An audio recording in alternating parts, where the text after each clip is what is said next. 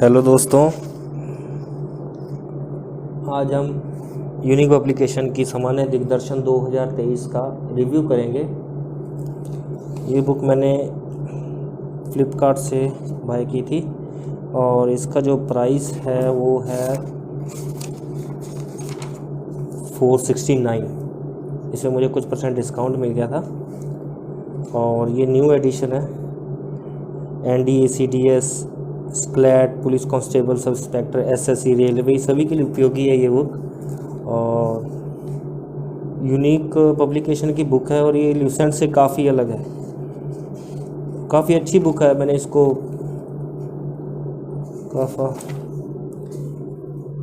जैसे कि अब इंडेक्स देखेंगे तो इसमें भारतीय इतिहास है, पहले प्राचीन भारत अलग दे रखा है, फिर मध्यकालीन भारत अलग दिया हुआ है और आधुनिक भारत, फिर भारतीय राष्ट्रीय आंदोलन, भारतीय कला संस्कृति, विश्व इतिहास, काफ़ी डिटेल में और अच्छा दे रखा है।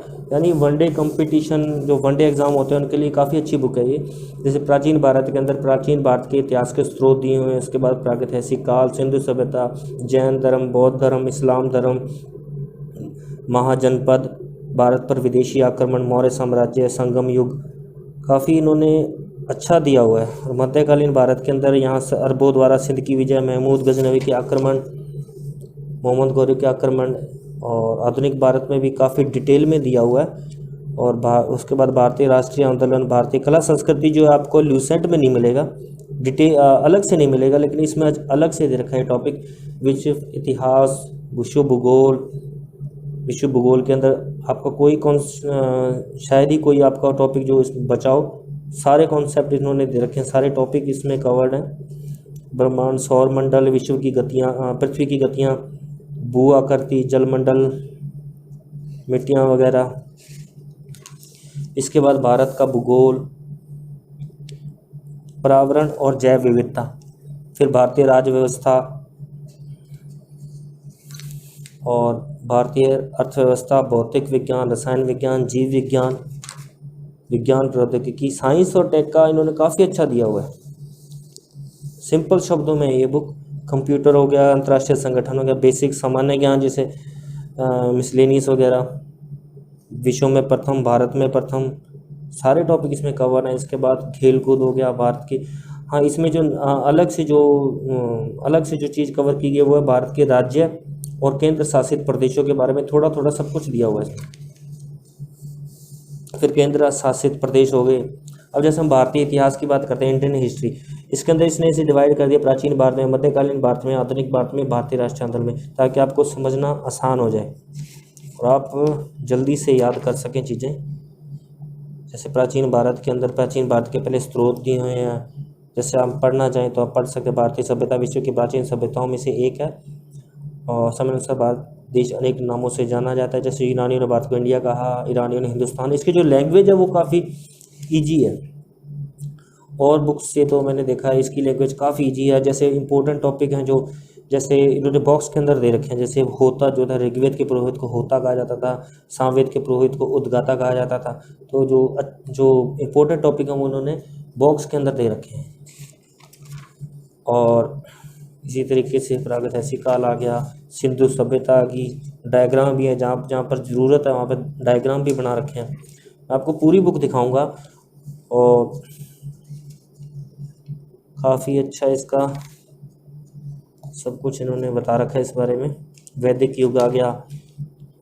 इसके बाद ये जो बॉक्सेज है, ये SSC के एग्ज़ाम में सीधा इन बॉक्सेस से क्वेश्चन आते हैं, तो ये बॉक्सेस काफ़ी इंपॉर्टेंट है। जैसे ये पूछा हुआ है, ग्रह त्याग की घटना को क्या कहा जाता है? महाभिनिष्क्रमण। ज्ञान प्राप्त होने की घटना को बुद्ध कहते हैं, ठीक है। निर्वाण को महापरिनिर्वाण कहते हैं। तो काफ़ी अच्छा है, ये हम देखेंगे। इसके बाद अगर हम बात करें मध्यकालीन भारत की, 44 नंबर पेज से शुरू होता है मध्यकालीन भारत।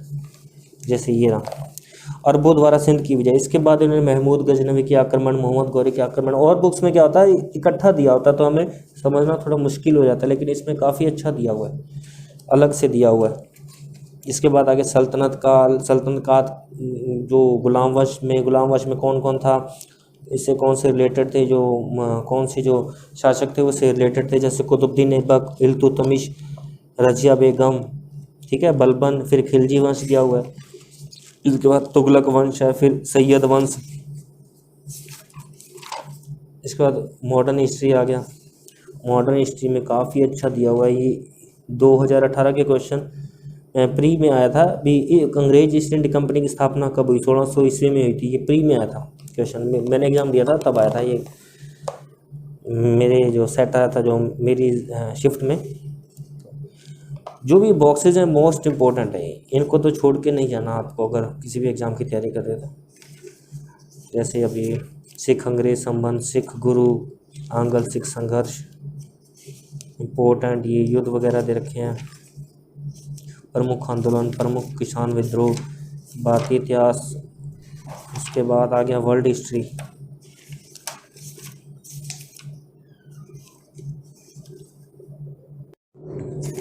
उसके बाद जैसे प्रथम विश्व युद्ध दिया हुआ है, रूसी क्रांति, तुर्की आंदोलन, द्वितीय विश्व युद्ध। इसके बाद हम देखेंगे वर्ल्ड ज्योग्राफी, विश्व भूगोल। विश्व भूगोल में पहले इन्होंने डेफिनेशन दे रखी है ब्रह्मांड के बारे में, सौरमंडल, सूरज के बारे में, फिर सौरमंडल के पिंड, शनि, मंगल, धूमकेतु, जो इनके ग्रह होते हैं ना, ग्रह के बारे में दे रखा है। फिर पृथ्वी की गतियाँ, मतलब काफ़ी डिटेल में और अच्छा दिया हुआ है। मानक समय, अंतर्राष्ट्रीय तिथि रेखा, इसके ऊपर सीजीएल प्री में क्वेश्चन आया था। ये बॉक्स में कितना अच्छा दे रखा है। आइसोबार किसे कहते हैं? समदाब की स्थिति दर्शाने वाली रेखाएं। डायग्राम भी हैं, जहाँ जहाँ आपको डायग्राम की जरूरत है वो उन्होंने डायग्राम भी दे रखे हैं। जैसे प्लेट विवर्तने की सिद्धांत, प्लेट टेक्टोनिक थ्योरी कहते हैं जिसे, है ना। तो काफ़ी अच्छा दिया हुआ है। ज्वालामुखी भी दिया हुआ है। मुझे कोई कह रहा था इसमें शायद ज्वालामुखी नहीं है, लेकिन इसमें है ज्वालामुखी का टॉपिक, ये देखो काफ़ी अच्छा है। भूकंप हो गया, जलमंडल, विश्व भूगोल में सारा आपको डिटेल में इन्होंने बता रखा है। और भारत का भूगोल है, जो वनडे एग्जाम के लिए भारत का भूगोल काफ़ी इंपॉर्टेंट टॉपिक होता है, इसमें से ज़्यादा क्वेश्चन आते हैं। जैसे आपको भारत का भूगोल में पहले इन्होंने डिस्क्राइब कर रखा है अलग अलग, जैसे भारत का सामान्य परिचय, फिर भारत की जलवायु, कृषि, पशुपालन, शक्ति संसाधन, भारत के सामान्य परिचय, भारत का सामान्य परिचय। मुझे तो ये काफ़ी अच्छी लगी बुक, जैसे ये मोस्ट इम्पोर्टेंट टॉपिक है ये। 8 डिग्री चैनल किससे रिलेटेड है? मालदीव और मिनिकाय के संबंध। 9 डिग्री चैनल लक्षद्वीप और मिनिकाय के मध्य है, ठीक है। तो काफ़ी अच्छी बुक है ये, भारत का भूगोल। इसके बाद हम देखेंगे पर्यावरण, जैव विविधता। आईएएस में काफ़ी आईएएस में काफ़ी क्वेश्चन आते हैं, लेकिन वनडे एग्ज़ाम में इसमें से ज़्यादा क्वेश्चन नहीं आते। तो हम चाहें तो इस टॉपिक को छोड़ भी सकते हैं एक बार के लिए। पढ़ना चाहो तो इसमें कुछ ज़्यादा डिफ़िकल्ट भी नहीं है, आप इसको पढ़ भी सकते हैं आसानी से। लैंग्वेज इसकी काफ़ी इजी है, आपको किसी मेंटर की ज़रूरत नहीं, किसी टीचर की ज़रूरत नहीं इसे पढ़ने के लिए, आप खुद इसको अच्छी तरह पढ़ के समझ सकते हैं।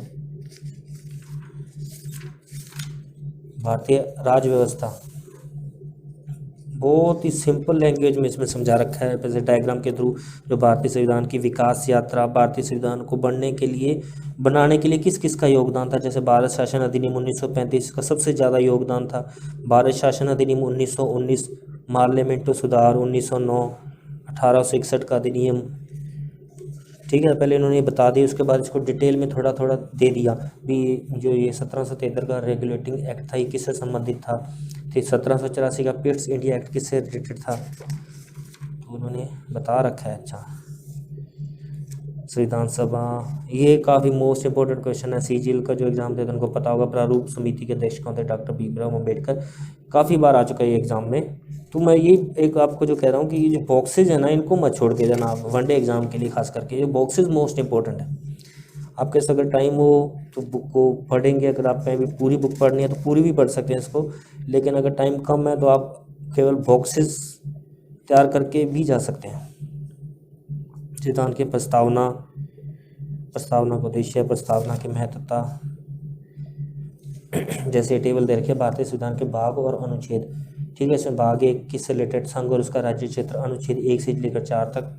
आपको आप अगर आप ये टेबल याद कर लेते हो तो आपको फिर उसका डिस्क्रिप्शन याद करने में आसानी होगी। टेबल याद करके आप जो एलिमिनेशन मेथड से भी कई क्वेश्चंस के आंसर दे सकते हैं।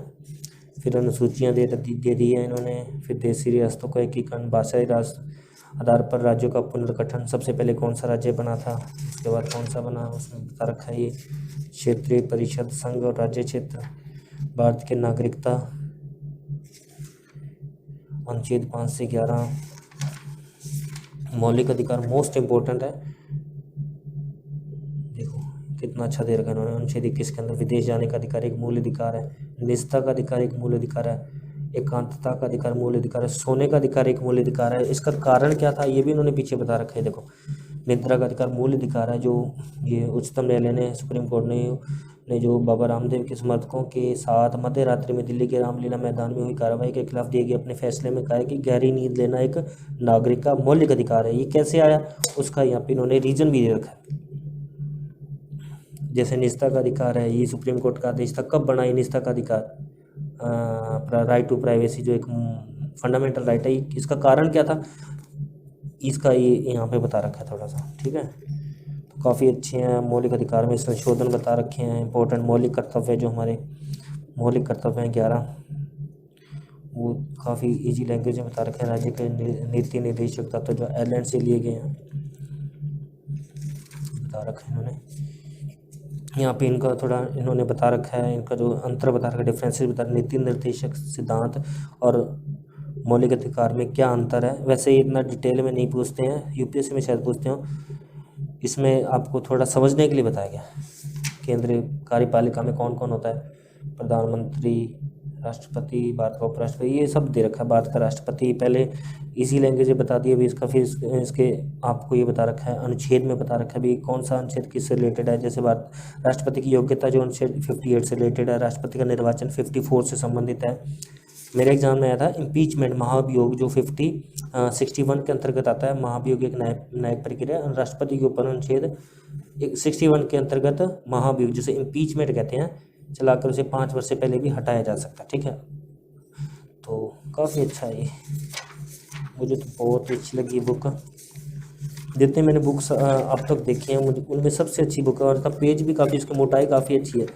आपको ये नहीं, अगर आप पेन से आप उसके आपको करना चाहेंगे, अंडरलाइन करना चाहेंगे तो पेज फटेगा नहीं, काफ़ी मोटा पेज है। इसके बाद पंचायती राज आ गया। भारतीय राज व्यवस्था के बाद चलते हैं भारतीय अर्थव्यवस्था। लूसेंट के अंदर जो भारतीय अर्थव्यवस्था के बारे में दे रखा है, जो उन्होंने दे रखा है,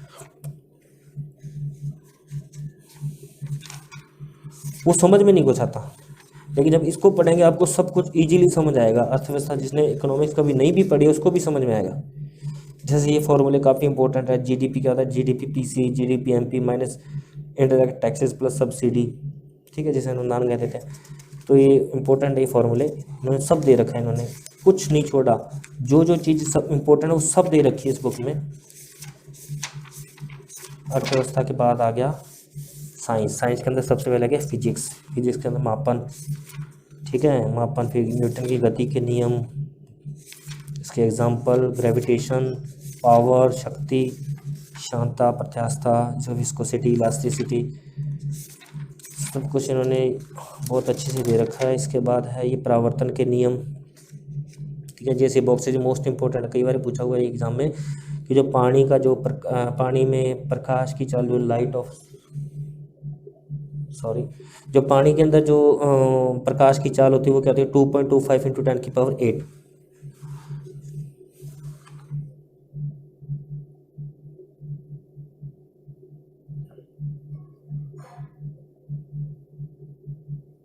ठीक है।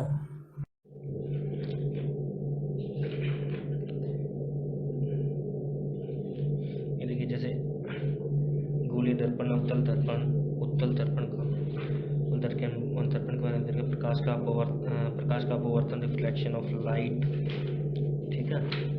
और इसके बाद आ गया इंद्रधनुष, जैसे डायग्राम कितना सही तरीके से बना रखा है। प्राथमिक द्वितीयक और जो द्वितीयक इंद्रधनुष तो किस प्रकार बनती है, ठीक है, उसका आगे डिस्क्रिप्शन दे रखा है। अच्छा, मानव नेत्र, ये बहुत इंपॉर्टेंट टॉपिक है, इसमें वन एग्जाम में काफ़ी क्वेश्चन आते हैं। तो भौतिक विज्ञान इन्होंने सब कुछ कवर कर रखा है इन्होंने, और रसायन विज्ञान में इन्होंने काफ़ी अच्छा दिया हुआ है। इसमें जो मेरे को अच्छी चीज़ लगी थी एक, जिसमें इन्होंने आवर्त सारणी भी बना रखी है, और उसको जो समझाया हुआ है आवर्त सारणी को काफ़ी अच्छे तरीके से समझाया हुआ है। जैसे तत्वों का आवर्ती वर्गीकरण, ठीक है। और मैं दिखाता हूँ आपको, जैसे ये आवर्त सारणी के बारे में बता रखा है, जैसे आधुनिक आवर्त सारणी, और ये इसके बारे में जो बता रखा है आवर्त तथा समूहों के गुणों का परिवर्तन, जैसे ये देखा है मोजले ने तत्वों के वर्गीकरण के तार किया और आवर्त सारणी बनाई। इसके अनुसार जो है आवर्त सारणी में 7 क्षैतिज आवर्त और 8 लंबवत ग्रुप है। इस आवर्त सारणी को जो हम वैसे पढ़ते हैं और इन्होंने डिटेल में बता रखा है, आप इसको पढ़ के और इसको देख के डायग्राम, इसको जो बॉक्स को देख के आप अच्छी तरह समझ सकते हैं आवर्त सारणी। और आवर्त सारणी काफ़ी इंपॉर्टेंट होती है, प्रेडिक्टेबल, इसमें 1-2 क्वेश्चन बनते हैं वनडे एग्जाम में। आपको देखने मिलेगा जैसे केमिस्ट्री का बहुत कम दे रखा है, लेकिन कम नहीं है, इन्होंने सब कुछ कवर किया हुआ है। जैसे इतने से पेजों में इन्होंने कवर कर दिया, लेकिन काफ़ी अच्छा दिया हुआ है। इसके बाद आपका है जीव विज्ञान। जीव विज्ञान के अंदर भी बहुत अच्छे तरीके से इन्होंने कवर कर रखा है। जीव विज्ञान के बाद बायोलॉजी के बाद विज्ञान प्रौद्योगिकी, विज्ञान प्रौद्योगिकी के बाद आप दे रखा है थोड़ा सा कंप्यूटर के बारे में।